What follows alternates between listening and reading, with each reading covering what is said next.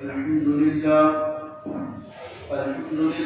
نحمده ونستعينه ونستغفره ونؤمن به ونتوكل عليه ونعوذ بالله من شرور أنفسنا ومن سيئات أعمالنا من يهده الله فلا مضل له ومن يضلله فلا هادي له ونشهد أن لا إله إلا الله وحده لا شريك له ونشهد أن سيدنا ومولانا محمدا عبده ورسوله صلى الله تعالى عليه وسلم تسليما كثيرا كثيرا أما بعد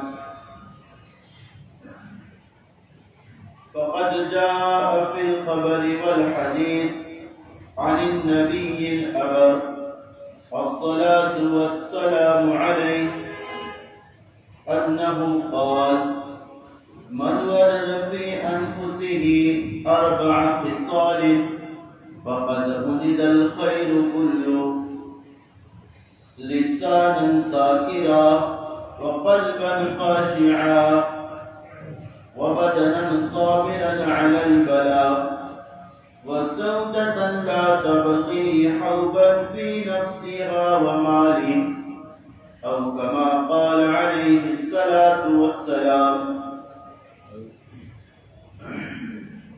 میرے محترم بزرگ دوستو، میں نے آپ حضرات کے سامنے ایک حدیث مبارکہ ذکر فرمائی، جس حدیث کو جامع الکلمات کہتے ہیں، یعنی اس حدیث میں ایسے کلمات ہیں، ایسی ہدایات ہے کہ ایک کلمہ اپنے اندر بے شمار خیرات اور فوائد کو لیے ہوئے اور بہت سارے مطالب اور معانی کو اپنے اندر سموئے ہوئے، اس سے کہتے ہیں جامع الکلم. اور ان جامع کلمات کے ذریعے رسول اللہ صلی اللہ علیہ وسلم کو خصوصیت عطا فرمائی گئی کہ آپ کا چھوٹا سا فرمان ہزاروں مسائل اور معانی اور مطالب پر مشتمل ہوتا ہے.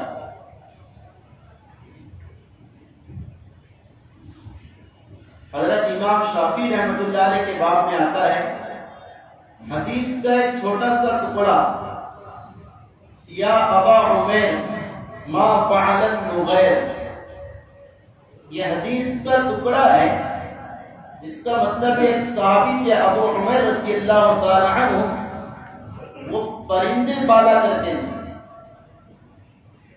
پرندوں کو پالنے کی اجازت ہے بشرطے کہ ان کے حقوق کا لحاظ اور پاس رکھا جائے، تو وہ پرندے پالا کرتے تھے. اللہ کے نبی اکرم صلی اللہ علیہ وسلم نے ایک مرتبہ ان کے پاس نغیر نامی پرندے کو دیکھا، اور پھر ایک دوسرے موقع پر اس پرندے کو نہیں پایا تو آپ نے سوال کیا تھا، ابو عمیر وہ نغیر نامی پرندہ کہاں ہے جو تیرے پاس موجود تھا؟ انہوں نے فرمایا، اللہ کے رسول صلی اللہ علیہ وسلم وہ پرندہ مر چکا ہے. یہ حدیث کا چھوٹا سا ٹکڑا ہے، یا ابا عمیر ما فعل النغیر، اے ابو عمیر اس نغیر نامی پرندے کا کیا ہوا ہے؟ حضرت امام شافعی رحمۃ اللہ علیہ کے پاس جب یہ حدیث کا ٹکڑا پہنچا، حضرت نے اتنے سے کلام سے تقریباً 40 مسائل کو نکالا ہے، 40 مسائل کو نکالا اور بیان کیا ہے. ہمارے نبی کے کلمات اور کلام ایسا جامع اور معنی ہوا کرتا ہے. انہی جامع اور معنی کلمات میں سے یہ حدیث میں نے آپ کے سامنے معائنہ کے طور پر ذکر کی ہے، جس میں رسول اللہ صلی اللہ علیہ وسلم فرما رہے، اللہ جسے 4 چیزیں عطا فرما دے اسے دنیا کی ہر خیر، ہر بھلائی اور عافیت مل گئی. اتنی پیاری بات ہوئی ہو، جسے 4 چیزیں مل گئی، اس سے اور کوئی چیز نہ بھی ملے، کوئی اس کے لیے مقام افسوس نہیں، 4 عادتیں اس میں پائی جا رہی، وہ بڑا خوش قسمت آدمی ہے۔ پہلی صفت اور پہلی عادت جو رسول اللہ صلی اللہ علیہ وسلم نے بیان کی ہے وہ ہے لسانً ذاکرا، ایسی زبان کسی کو عطا ہو جائے جو اللہ کا ذکر کرنے والی ہے۔ لسانً ذاکرا، ایسی زبان جو ہمیشہ اللہ کے ذکر میں مشغول رہتی ہے، کیونکہ اللہ کے نبی اکرم صلی اللہ علیہ وسلم نے فرمایا ذکر کرنے والا زندہ ہے اور ذکر نہ کرنے والا مردہ ہے۔ رسول اللہ صلی اللہ علیہ وسلم نے حدیث میں بیان کیا ہے خزاں کا موسم جس میں پتے جھڑ کر زمین پر گر جاتے ہیں، سارے درخت برہنہ ہو جاتے ہیں، تو اس میں کوئی ایک ہرا سرسبز و شاداب درخت باقی ہو، تو جیسے وہ اور بغیر پتوں کے درخت اور یہ پتوں والا درخت ان تمام میں خوبصورت نظر آتا ہے، اسی طرح یہ ذکر کرنے والا غافل بندوں میں اللہ کو پسند آتا ہے۔ اس لیے غفلت کے مواقع پر ذکر سکھایا، انسان کے زندگی کے جو غفلت کے پارٹس ہے اس میں ذکر سکھایا۔ نیند غفلت کا پارٹس ہے، اس لیے کہا جا رہا جیسی نیند سے بیدار رہو اللہ کا ذکر کیا کر، جیسی آپ کو ایک کلمہ پڑھو اللہم قنی عذابک یوم تبعث عبادک، یہ دعا پڑھو الحمدللہ الذی احیانا بعدما اماتنا وَإِلَيْهِ النُّشُورُ، اس کلمے اور دعا کو پڑھو چونکہ تم غفلت سے اب بیدار ہوئے۔ بازار کا ماحول غفلت کا ہے، اس غفلت والے ماحول میں کہا گیا کلمہ پڑھو، ذکر کرو۔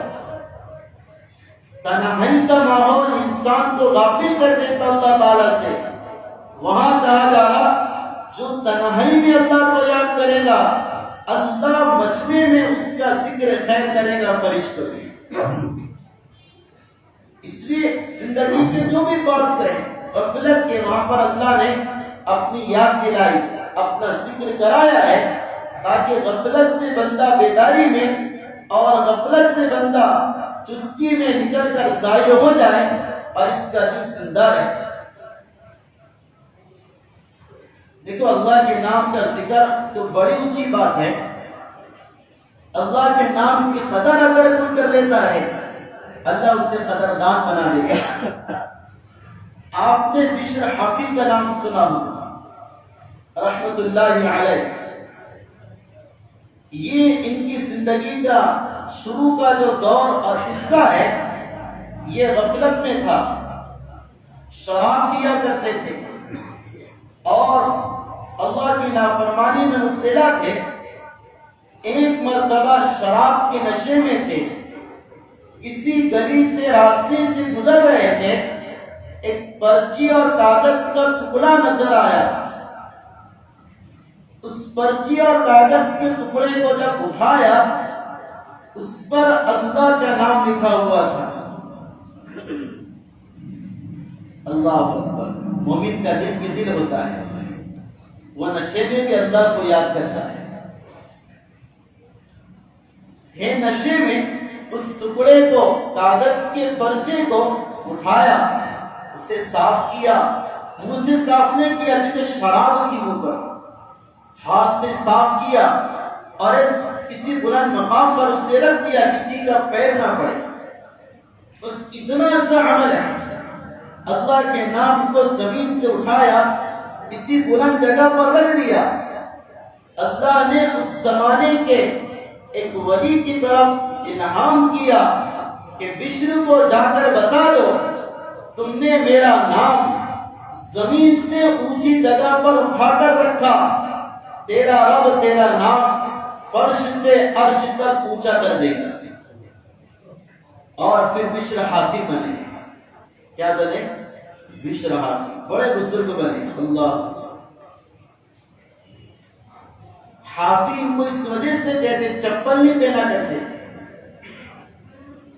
اور وہ کہا کرتے تھے اللہ نے زمین کو فرش بنایا، جیسے ہم کوئی غالیچہ اور کوئی کپڑا بچھاتے ہیں، نیٹ وغیرہ بچھاتے ہیں، اس پر چپل پہن کر آنے سے تھوڑی سی بے ادبی محسوس ہوتی ہے، اسی طرح حضرت کا یہ پرسنل عمل تھا۔ وہ فرماتے تھے کہ اللہ نے زمین کو فرش بنایا، یہ اللہ کا فرش ہے، اس پر چپل پہن کر میں کیسے گزروں، اس لیے بغیر چپل کے گزرا کرتے تھے۔ اور ان کی کرامت یہ تھی، جس راستے سے بشر حافی کا گزر ہوتا تھا اس راستے پر کوئی جانور گوبر اور لید کا پاخانہ نہیں کیا کرتا۔ یہ اللہ کے نام کی عزت ہے، عزت کی جو اللہ نے اسی برکت عطا فرمائی۔ تو اللہ کا ذکر بزرگوں دوستوں، اس کی 4 صورتیں۔ پہلا سب سے بڑا ذکر قرآن کی تلاوت ہے، اس سے بڑا کوئی ذکر ہی نہیں۔ حدیث میں اللہ کے نبی اکرم صلی اللہ علیہ وسلم نے بیان کیا، قرآن کی جو تلاوت کرتا ہے اللہ اس کی تلاوت کو سنتے ہیں اور وہ اللہ سے بات چیت کرتا ہے۔ اور روایت میں حضرت عثمان رضی اللہ تعالی عنہ کا ملفوظ ہے، جسے اپنے دل کی غفلت اور اپنے دل کی بیداری معلوم کرنا ہے، اپنے دل کا زندہ پن اور اپنے دل کی مردہ پن کو معلوم کرنا ہے، وہ قرآن کی تلاوت سے اندازہ لگانا ہے۔ جس کا دل قرآن کی تلاوت کی طرف چل رہا اور جو اپنے دل کو قرآن کی تلاوت میں لگا رہا، اس کا دل زندہ ہے، اور جو نہیں لگا رہا اور جس کا لگ نہیں رہا اور وہ لگا بھی نہیں رہا، ایسے آدمی کا دل مردہ ہے، مر چکا ہے۔ اس لیے بزرگ فرماتے ہیں ایک دن نیٹ بند ہو گیا، ہم بے چین ہو جاتے ہیں، یار میرے موبائل کا نیٹ بند ہو گیا۔ اگر نیٹ کا ڈاٹا سلو چلے تو بیدار ہو جاتا ہے، قرآن کا ڈاٹا کئی دنوں سے بند ہے، احساس بھی نہیں ہوتا قرآن کھول کے دیکھا کہ نہیں دیکھا۔ یہ کیا ہے بزرگ دوست؟ اللہ کی کتاب پر ظلم کرو گے تو اللہ تعالیٰ ہمیں عافیت سے رکھے گا؟ یہ ظلم ہے کتاب کا۔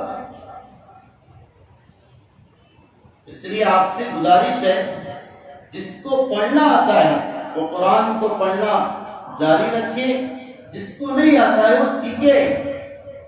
یہ میں بار بار ذکر کر رہا ہوں کہ علامہ اقبال رحمۃ اللہ علیہ فرماتے ہیں، وہ معزز زمانے میں صاحب قرآن ہو کر اور ہم خور ہوئے ذلیل ہوئے تاریخ قرآن ہو کر۔ تو ایک ذکر کی صورت قرآن کی تلاوت ہے، دوسرا ذکر اللہ ہے، اور تیسرا مصنون دعائیں ہے، اور چوتھی صورت گناہوں سے بچنا ہے۔ انسان گناہ سے بچتا ہے، وہ بھی اللہ کا ذاکر ہے، وہ بھی اللہ کا ذاکر ہے۔ اس وجہ سے لایانی سے اپنے آپ کو بچائے اور اللہ کے ذکر میں لگے۔ پہلی صفت میں نے آپ کے سامنے ذکر کیا، جو بڑی عمدہ صفت ہے، لسان ذاکرہ، اللہ کے ذکر میں جو زبان لگی رہے، سب سے عمدہ ہے۔ دوسرا فرمایا قلباً شاکرہ، اللہ کا شکر کرنے والا دل، ہر حالت میں اللہ کا شکر کرتا ہو۔ حدیث میں اللہ کے نبی نے فرمایا شکر آدھا ایمان ہے اور صبر آدھا ایمان ہے۔ شکر آدھا ایمان اور صبر آدھا ایمان۔ فرمائی. اور ابو سلیمان دارانی رحمۃ اللہ علیہ فرماتے ہیں کل قیامت کے دن اللہ تعالی جن لوگوں کو اپنے مجلس کا خاص قرب عطا فرمائے گا، اپنے قریب کرے گا، ان میں وہ لوگ ہوں گے جو ہر حالت میں اللہ کا شکر کیا کرتے ہیں. اس لیے داؤد علیہ السلام سے فرمایا کہ اللہ نے وَقَلِيلٌ مِّنْ عِبَادِيَ الشَّكُورُ، میرے بندے بہت کم شکر کرتے ہیں. انہیں میں ساری زندگی کھلاؤں، ایک دن اگر انہیں بھوکا رکھ دوں وہ پچھلی ساری نعمتوں کو بھول کر وہ شکایت میں مبتلا ہو جاتے ہیں. حالانکہ میری نعمت ان پر انگنت ہے. امام حاکم نسابوری رحمۃ اللہ علیہ نے روایت نقل کی ہے مستدرک حاکم اور طبرانی وغیرہ میں ترغیب کے اندر کہ اللہ کی نعمتیں کیا ہیں. روایت میں آتا اللہ کے نبی اکرم صلی اللہ علیہ وسلم اپنے دولت قدر سے باہر آئے اور صحابہ سے فرمایا مجھے ابھی جبرائیل علیہ السلام نے آ کر بتایا پچھلی قوم میں ایک عابد تھا، اس نے اللہ سے تنہائی میں عبادت کرنے کی درخواست کی، لہذا وہ اپنے گھر سے نکل پڑا ایک ایسے جزیرے پر جہاں پر نہ کوئی آدم نہ آدم زاد، اسے اپنا ٹھکانہ بنایا. اللہ نے اس کے رزق کا انتظام یہ کیا اس جزیرے پر انار کا درخت لگا دیا اور ایک پانی کا چشمہ انگلی کے برابر اس جزیرے سے نکال دیا. وہ عابد اس پھل سے روزانہ انار کھاتا اور اس چشمے کے پانی سے اپنے پیاس بجھا لیتا. اس طرح چلتے رہا. روایت میں آتا 500 سال تک اس نے ذرہ برابر نافرمانی نہیں کی اور عبادت کی. پھر جب اس کے موت کا وقت قریب آیا اس نے اللہ سے دعا کی یا اللہ میری موت سجدے کی حالت میں رہے اور میں مرنے کے بعد بھی تجھ کو سجدہ کرتا رہوں. اس نے اللہ سے درخواست کی، اللہ نے انتظام کیا، وہ سجدے میں تھا، اس کی روح سجدے میں قبض کی اور قیامت تک اس جزیرے پر ایک انتظام کر لیا. وہ سجدے میں پڑا رہے گا اور سجدہ کرتا رہے گا، کوئی چیز اسے نہ دیکھ سکتی ہے نہ اسے نقصان پہنچا سکتی. یہ اس کے لیے اللہ نے خصوصی کرم فرمایا. ہمارے نبی نے فرمایا قیامت کے دن جب وہ آئے گا اللہ تعالیٰ اس سے فرمائیں گے جاؤ اس کو میرے فضل سے اور میری کرم سے جنت میں داخل کرو. وہ کہے گا رب العزت بدلی عملی 500 سال تیری عبادت کیا اور آپ فرما رہے کہ آپ کا فضل میری جنت میں داخل ہونے کا سبب ہے. میری 500 سالہ عبادت کا رزق کہاں ہے، ثمرہ کہاں ہے؟ اللہ فرمائے گا نہیں تو میرے کرم سے داخل ہوگا، میرے فضل سے داخل ہوگا کہ نہیں بلکہ عملی میرے عمل کا بھی کوئی نتیجہ ہونا چاہیے نا. اس نے دوسری بات سوال کیا. روایت میں آتا اللہ کے نبی اکرم صلی اللہ علیہ وسلم نے فرمایا کہ اللہ نے فرمایا چلو کہ جب اپنے عمل کے نتائج پر آمدہ ہے تو ہم اپنی نعمتوں کے بدلے میں اس کے عمل کو تولتے ہیں. اللہ نے اس کی بینائی کی جو نعمت تھی اور دیکھنے کی جو نعمت تھی اس کے بدلے اس کی 500 سالہ عبادت کو تولا تو بینائی اور دیکھنے کی نعمت 500 سال کی عبادت کی اس کا برابری اور مقابلہ نہیں کر سکتی. اب وہ تو حیرت زدہ ہو گیا. اللہ نے فرمایا کہ جاؤ اب اسے جہنم میں لے جاؤ کیونکہ 500 سال تو ہو گئے میرے جائے. بینائی کے بدلے میں اس کا مقابلہ نہیں کر سکی. باقی نعمتیں دوسری ہے کہ 500 سال کھلایا پلایا سلایا یہ ساری نعمتیں اس کا تو اس کے پاس کوئی موجود نہیں. اور پھر فرشتے اسے گھسیٹ کر لے جانے لگے. اللہ کے نبی نے فرمایا وہ منظر میرے سامنے ہے، فرشتے اسے گھسیٹ کر لے جا رہے ہیں. پھر اس کے زبان پر جاری ہوا رب بھی فضلی یا اللہ اب تیرے فضل سے جنت میں داخل فرما. تو فرشتوں کے پاس سے جب سے آواز نکالی تو اللہ نے فرمایا کہ ٹھیک ہے، میرے فضل سے اسے جنت میں داخل کر۔ تو میرے محترم بزرگوں دوستو، یہ اللہ کی نعمتیں ہیں، اس لیے نعمت کے زوال پر کبھی شکوہ نہ ہو۔ حدیث میں اللہ کے نبی نے فرمایا جس میں 3 صفات ہوں گی، دیکھو غور سے سننا روایت، جس بندے میں یا بندی میں 3 عادتیں ہوں گی، اللہ اسے اپنی حفاظت میں رکھیں گے اور اللہ اس سے اپنی محبت عطا فرمائیں گے۔ پہلی صفت بیان کی کہ اگر غصہ ہو تو غصے پر قابو پا لے، غصے کو پی جائے، یہ پہلی صفت۔ غصے کا آدانا برا نہیں ہے، غصے کا کسی پر ظاہر کرنا برا ہے، اس لیے کنٹرول جو کر لے اپنے آپ کو، کنٹرول اور ان کنٹرول ہونے سے بچا لے، یہ اس کے بارے میں ہمارے آقا فرمائے وہ اللہ کا خاص دوست ہے۔ تو پہلی صفت غصے کو پی لے۔ دوسری صفت قادر ہونے کے باوجود کسی کو معاف کر دے، انتقام نہ لے، جب معاف کر دے، حالانکہ قادر تھا اس پر، وہ ادنا سا ضعیف کمزور انسان ہے اور یہ بڑا قوی اور بڑا مضبوط ہے، وجاہت اور جاہت والا ہے، لیکن کہا کہ اللہ کے نے معاف کر دیا، یہ دوسری صفت۔ اور تیسری صفت ہر حالت میں اللہ کا شکر کرنے والا، یہ آدمی اللہ کا خاص دوست ہے اور اللہ اسے اپنے حفاظت میں رکھے گا۔ اس وجہ سے دوسری صفت یہ بیان کی، اللہ کا شکر کرتا ہوں ہر حالت میں۔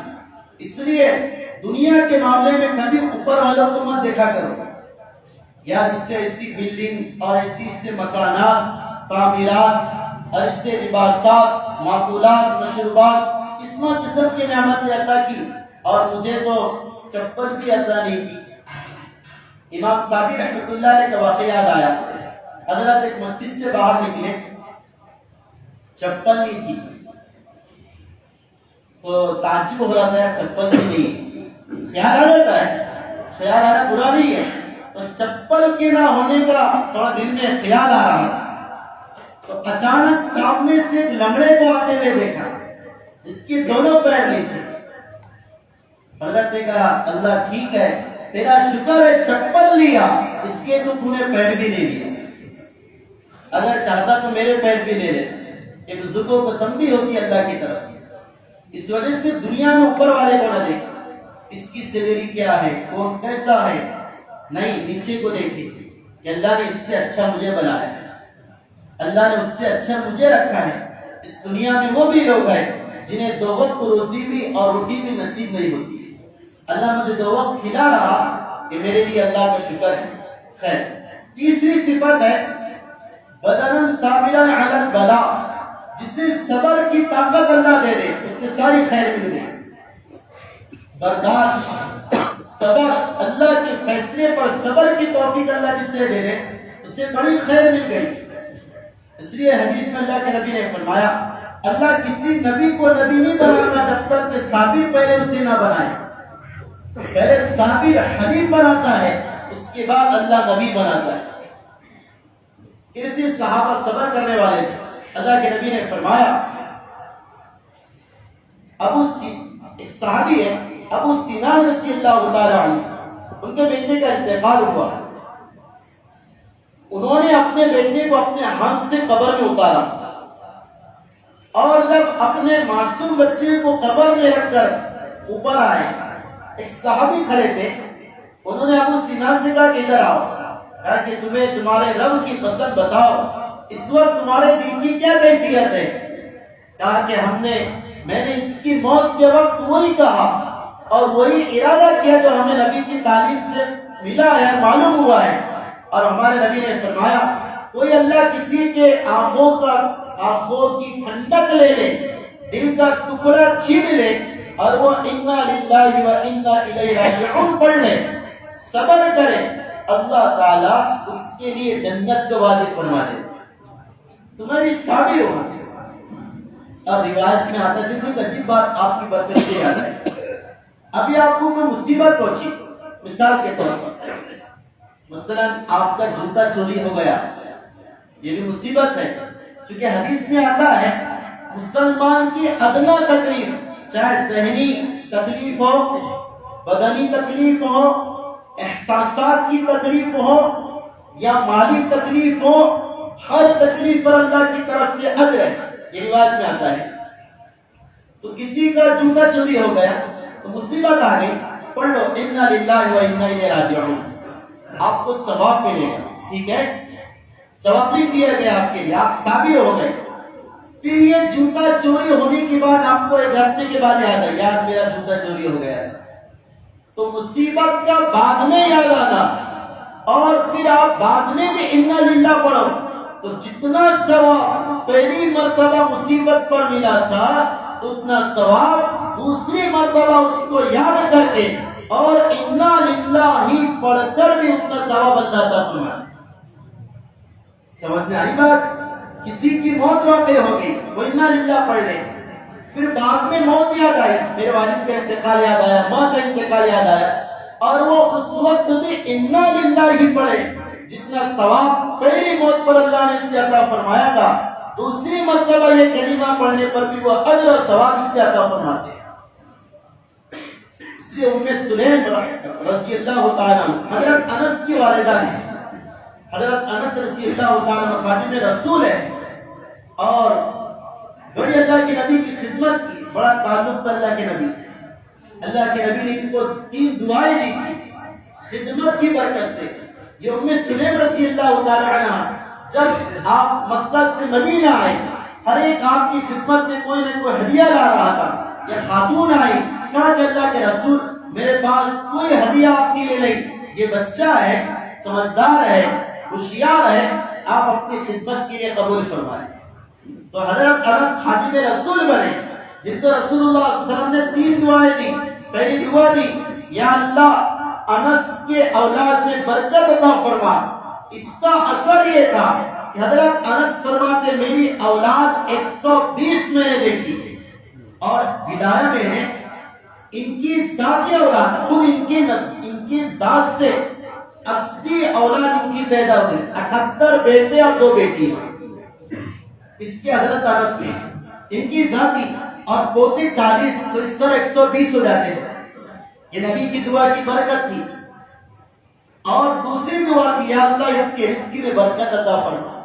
حضرت انس فرماتے ہر باغ سال میں 1 بار پھل دیتا تھا، میرا باغ مجھے 2 بار پھل دیا کرتا تھا۔ اور تیسری دعا تھی یا اللہ انس کو جنت میں داخل فرما، اور فرمایا کرتے تھے 2 تو پوری ہو گئی، امید اللہ تیسری بھی پوری کر دے گا۔ اسی کو پورا کرنے کے لیے عجیب محدثین اور مورخین نے لکھا ہے، ان کے انتقال سے پہلے انتقال ہو رہا، کہا کہ مجھے نبی کی نصیحت سے امید ہے، دعا سے امید ہے جنت میں داخل اللہ کرے گا۔ 2 باتیں میں تم سے کہتا ہوں، اپنے ساتھیوں سے کہا۔ پہلی بات یہ کہی جب میں مر جاؤں، جب میں مرنے لگوں اور میری روح نکلنے لگے، میرے بھائی کے پاس رسول اللہ کا بال ہے، اس بال مبارک کو میرے زبان کے نیچے رکھ دے۔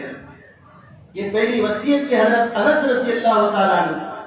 اور دوسری وصیت یہ کی کہ جب میرا انتقال ہو جائے مجھے کفن میں تم کفنا دو، تو میرے بادی کے پاس میرے گھر میں نبی کا پسینہ ہے، اس پسینے کو میرے کفن پر چھڑک دے۔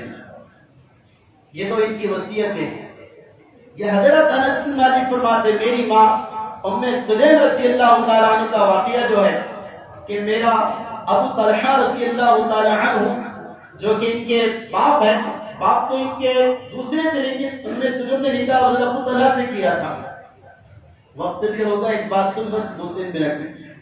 جو واقعہ مشہور ہے کہ حضرت ابو طلحہ باہر سے سفر سے تشریف لائے، بیٹے کی طبیعت خراب تھی، ام سلیم کا جو بیٹا تھا حضرت انس کا بھائی، تو پوچھا کہ بیٹے کا کیا ہوا؟